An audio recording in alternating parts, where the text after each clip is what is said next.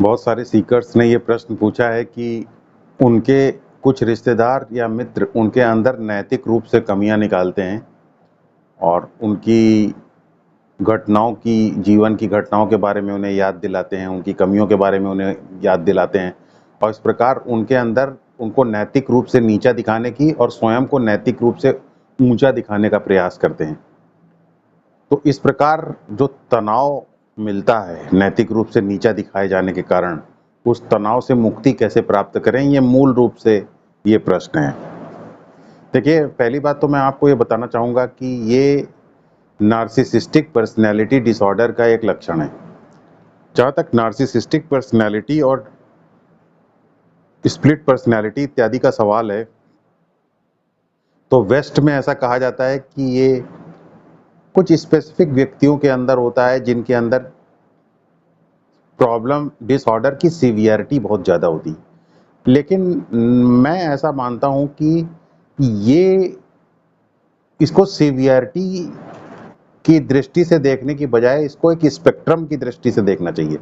तो narcissistic personality disorder ज़्यादातर लोगों के अंदर माइल्ड वे में हो सकता है और सीवियर वे में भी हो सकता है, लेकिन ये एक कॉमन प्रॉब्लम है। आजकल सोसाइटी के अंदर ये ज़्यादा देखने में आ रही है। तो इसमें होता क्या है, इसमें नार्सिसिस्टिक पर्सनैलिटी डिसऑर्डर चाहे माइल्ड हो चाहे सीवियर हो, बेसिकली इसमें दूसरे को कंट्रोल में रखने की चाहत होती है। अब कंट्रोल में आप क्यों रखते हैं दूसरे को? क्योंकि इससे आपका सेंस ऑफ सेल्फ बूस्ट होता है, आप थोड़ा अच्छा महसूस करते हैं जब दूसरे लोगों के ऊपर आपका प्रभावी नियंत्रण रहता है। और इसलिए नैतिक रूप से दूसरे के ऊपर दबाव बनाने का प्रयास करते हैं, क्योंकि नैतिक रूप से जब आप दूसरे के ऊपर दबाव बनाते हैं तो आप उसको अंदर से तोड़ देते हैं और उसके ऊपर आप प्रभावी नियंत्रण रख पाते हैं। ज़्यादातर मैंने ऐसा देखा है कि नैतिक रूप से दूसरे के ऊपर दबाव बनाना, नैतिक रूप से दूसरे को नीचा दिखाने की ये जो टेंडेंसी है, ये पढ़े लिखे लोगों के अंदर ज़्यादा होती है। तो अक्सर इस तरीके के जो नार्सिसिस्ट्स होते हैं, ये पढ़े लिखे लोग होते हैं, जो दूसरे के अंदर नैतिक रूप से कमियां बताते हैं, दूसरे के अंदर एथिकल प्रॉब्लम्स बताते हैं। अब इस प्रकार की प्रॉब्लम से अगर आप उबरना चाहते हैं तो सबसे पहले तो आप ये समझ लीजिए कि नैतिकता और अनैतिकता के बीच में फ़र्क क्या होता है। जनरली जिसे आप नैतिक बता रहे हैं, जिसे आप नैतिकता बता रहे हैं, वो नैतिकता नहीं है, वो अनैतिकता है। तो पहले आप इसको ठीक से समझिए कि नैतिकता क्या होती है और अनैतिकता क्या होती है। जैसे नैतिक दबाव किस प्रकार पैदा किया जा सकता है, जैसे मैं आपको अगर उदाहरण के रूप में बताऊं, तो मान लीजिए कोई व्यक्ति है जो आपके मदद मांगे बिना ही आपकी मदद कर देता है और उसके बाद आपके ऊपर एहसान जताता है और आपके ऊपर ये नैतिक दबाव बनाने की कोशिश करता है कि देखिए उसने आपकी मदद की और इसलिए आपको उसके कंट्रोल में रहना है। और अगर आप उससे जरा सा भी हटने की कोशिश करते हैं, यानी उसके कंट्रोल को नहीं मानते हैं, तो आपको नैतिक रूप से नीचा दिखाने की कोशिश करता है या आपको अनैतिक डिक्लेयर करता है। तो ये एक तरीका है आपको अनैतिक दिखाने का या आपके ऊपर अनैतिक होने का दबाव बनाने का। फिर दूसरा तरीका ये हो सकता है कि वो आपके को कॉन्फिडेंस मिले, आपके जीवन के बारे में कुछ बातें पता लगाए, आपके जीवन की अंतरंग बातों के बारे में जाने, उसमें इंटरेस्ट शो करे और जब आप उसको बता दें तो उसको मॉरलिस्टिक लाइट में इंटरप्रेट करे और आपको आपकी उस जीवन की प्राइवेट बातों के ऊपर मॉरलाइज करे और आपको नैतिक रूप से नीचा दिखाने की कोशिश करे। या फिर अगर आप कहीं किसी इंपॉर्टेंट जगह जा रहे हैं जो आपके भविष्य के लिए, आपके फ्यूचर के लिए बहुत ज़रूरी है, तो उसको नैतिक रूप से उस जगह को और वहाँ के लोगों को नीचा दिखाए और आपके ऊपर ये दबाव पैदा करे कि आप वहाँ ना जाएं, उन लोगों से ना मिलें, और इस प्रकार आप वहाँ नहीं जाएंगे तो आप असफल हो जाएंगे, तो आपके ऊपर नियंत्रण रखना आसान हो जाएगा। या फिर वो इस तरीके से कर सकता है कि अपने दुश्मनों को वो इस तरीके से इंटरप्रेट करे कि वो नैतिक रूप से बहुत ही नीचे गिरे हुए हैं और आपको ये प्रोवोक करे कि आप उनके साथ एक पर्टिकुलर एटीट्यूड रखें, आप उनको बेइज्जत करें, उनसे आप झगड़ा करें, और जब आप झगड़ा करेंगे तो आप उनको भी नीचा दिखाएंगे और खुद भी आप मार खा जाएंगे, और इस प्रकार दोनों लोगों को ही वो नियंत्रण में रख पाएगा। तो इस तरीके की कुछ टेक्निक्स इस तरीके के लोग लगाते हैं और नैतिक रूप से दूसरे को नीचा दिखाने की कोशिश करते हैं। यहाँ पे पहली बात तो मैं आपको ये बता दूं कि जब मैं मैंने डिकंस्ट्रक्टिव फिलॉसफी में पीएचडी की है। तो जब मैं वो फिलॉसफी में पीएचडी कर रहा था तो उसमें एक फ्रेंच फिलोसोफर है जिसने कि इस फिलॉसफी को प्रोपाउंड किया था। तो वो कहता था कि जीवन को कभी ब्लैक्स एंड व्हाइट्स में मत देखने की कोशिश करो, हायरार्किकल अपोजिशंस में अपोजिट्स को मत देखो, क्योंकि जीवन ब्लैक एंड व्हाइट नहीं है, जीवन ग्रे है। ये बहुत ही इंपॉर्टेंट बात वो फिलोसोफर कहता था। एक्चुअली इस तरीके से नैतिक रूप से दूसरे को नीचा दिखाने वाले लोग जीवन को काला और सफेद में देखते हैं।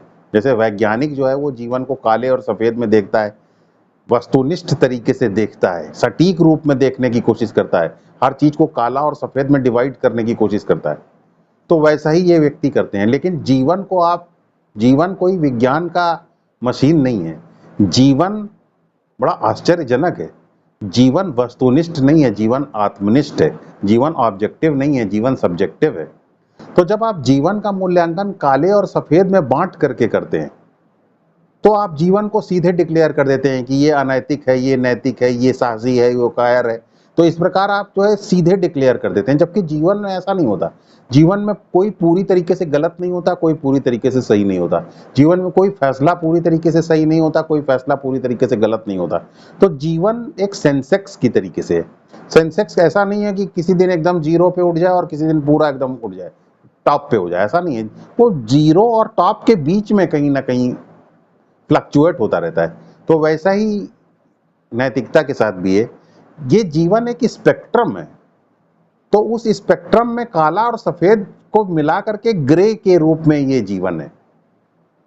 तो जब आप ये समझ जाते हैं कि जीवन ग्रे है तो आप किसी को भी सीधे डिक्लेयर नहीं करते हैं कि ये अच्छा है, ये बुरा है, ये काला है, ये सफेद है। अपोजिट्स में, पोलैरिटीज में और अपोजिट्स में बात करना बंद कर देते हैं।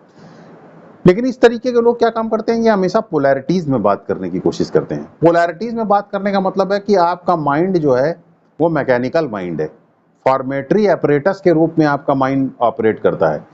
और अगर आपका माइंड मैकेनिकल है इसका मतलब उसके अंदर कॉन्शियस डायमेंशन मिसिंग है। और कॉन्शियस डायमेंशन अगर मिसिंग है तो आप दूसरे के ऊपर सीधे इल्जाम लगाते हैं, तुम नैतिक हो, तुम ये हो, तुम वो हो। आप दूसरे को नाम देते हैं, तुम अनैतिक हो, तुम नैतिक हो, इस तरीके से सीधे नाम देते हैं। तो ये बेसिकली गलत है, क्योंकि जीवन इस तरीके से है ही नहीं। क्योंकि जीवन सफेद और काला दोनों को मिला करके बना है, जीवन ग्रे। तो अगर कोई इस तरीके से आपके ऊपर इल्जाम लगाता है सीधे, तो आप जान जाइए कि वो गलत इल्जाम लगा रहा है और अपने आप को अनैतिक मानने से इनकार कर दीजिए, क्योंकि किसी के ऊपर सीधे अनैतिक होने का इल्जाम नहीं लगाया जा सकता। इसके बाद याद रखिए एक चीज को कि नैतिकता जो है वो हमेशा कंपैशन से पैदा होती है, करुणा से पैदा होती है। और अगर नैतिकता करुणा से पैदा नहीं हुई है तो फिर नैतिकता के अंदर मूल्य तटस्थता नहीं रहेगी, वैल्यू न्यूट्रलिटी नहीं रहेगी। वैल्यू न्यूट्रलिटी एक बहुत ही इंपॉर्टेंट चीज होती है। जैसे अगर मैं आपको एक उदाहरण के से ये बात समझाऊं, मान लीजिए कि आप सुबह 4 बजे उठते हैं और आपके दूसरे परिवार के लोग जो है वो 4 बजे नहीं उठते हैं। तो अगर आपके अंदर इस प्रकार की टेंडेंसी है कि आप अपने 4 बजे उठने को आइडियलाइज करें और दूसरे लोगों को 4 बजे ना उठ पाने की वजह से बेइज्जत करें, उनको नैतिक रूप से नीचा दिखाएं, तो इसका मतलब आपके अंदर वैल्यू न्यूट्रलिटी नहीं है। यानी आप अपनी वैल्यू के आगे दूसरे की वैल्यू को हमेशा डिनाउंस करते हैं। दूसरा व्यक्ति हो सकता है सुबह वो देर से सो करके उठता हो, लेकिन वो सुबह उठ करके अपना जरूरी काम जो भी जरूरी है उसको ठीक से कर पाता हो, या दिन भर ज्यादा ठीक से काम करता हो, तो ये ठीक से कर पाना उसकी वैल्यू है। आप उसकी वैल्यू को रिकॉग्नाइज नहीं कर रहे हैं, बल्कि अपनी वैल्यू को आप अपनी वैल्यू के आगे उसकी वैल्यू को नीचा दिखा रहे हैं, उसकी वैल्यू को मानने से इनकार कर रहे हैं, उसकी वैल्यू को डिनाउंस कर दे रहे हैं। तो इसका मतलब आपके अंदर मूल्य तटस्थता नहीं है, यानी आपके अंदर वैल्यू न्यूट्रलिटी नहीं है। याद रखिए, वैल्यू न्यूट्रलिटी अगर आपके अंदर नहीं है तो आप दूसरे की वैल्यू को कभी भी आप इंपॉर्टेंस नहीं दे पाएंगे, उनको महत्व नहीं दे पाएंगे। और अगर आप कभी दूसरे की वैल्यूज को महत्व नहीं देते हैं तो जीवन में कभी भी सभ्यता नहीं आ सकती, जीवन का कभी भी विकास नहीं हो सकता, जीवन में कभी निजता नहीं आ सकती। जीवन में आप किसी को कभी भी स्पेस नहीं देते हैं, उसकी इक्विलिब्रियम डिस्टेंस को या उसकी टेरिटोरियल इंटेग्रिटी को आप सम्मान नहीं देते हैं। तो जब आप दूसरे को निजता का अधिकार नहीं देंगे तो समाज के अंदर सभ्यता नहीं आएगी। समाज का जैसे जैसे विकास होता गया है वैसे वैसे निजता का अधिकार सबको मिलता गया है, क्योंकि जितनी निजता को हम सम्मान दे पाते हैं, जितना दूसरे की प्राइवेसी को हम सम्मान दे पाते हैं, उतना ही हमारा समाज सभ्य कहा जाता है। एक समय था कि विवाहिता स्त्रियों को प्रेम करने का अधिकार नहीं था, क्योंकि उसे गैर कानूनी माना जाता था। लेकिन सुप्रीम कोर्ट ने अभी ये आदेश दिया है कि ये गैर कानूनी नहीं है। अगर कोई विवाहिता स्त्री किसी से प्रेम करती है तो उसके ऊपर एफआईआर नहीं दर्ज की जा सकती, क्योंकि ये कानूनी मसला नहीं है, ये सामाजिक मसला है। ऐसा क्यों किया गया? ये कानून क्यों हटाया गया? ये कानून इसलिए हटाया गया क्योंकि विवाहिता स्त्री की निजता को, उसकी प्राइवेसी को इम्पोर्टेंस दी गई। ये प्राइवेसी को इम्पोर्टेंस देना क्या है? ये प्राइवेसी को इम्पोर्टेंस देना सभ्यता की निशानी है। जैसे जैसे हमारा समाज सभ्य होता चला जाएगा वैसे वैसे निजता का अधिकार सबको मिलता चला जाएगा। आज होमोसेक्सुअलिटी के ऊपर सुप्रीम कोर्ट ने आदेश दिया है कि उसको स्वीकार कर लिया गया समाज में। अब प्राकृतिक और ये एक्ट प्राकृतिक है कि अप्राकृतिक है, ये एक अलग डिबेट है। लेकिन आज हमारे समाज के अंदर सभ्यता इतनी ज्यादा है कि हमारा समाज निजता को ज्यादा महत्व की दृष्टि से देखता है, बजाय कि क्या चीज प्राकृतिक है और क्या चीज अप्राकृतिक है उसकी डिबेट को इम्पोर्टेंस देने के। तो याद रखिए, अगर आप वैल्यू न्यूट्रल नहीं है तो समाज में सभ्यता का विकास कभी नहीं हो सकता।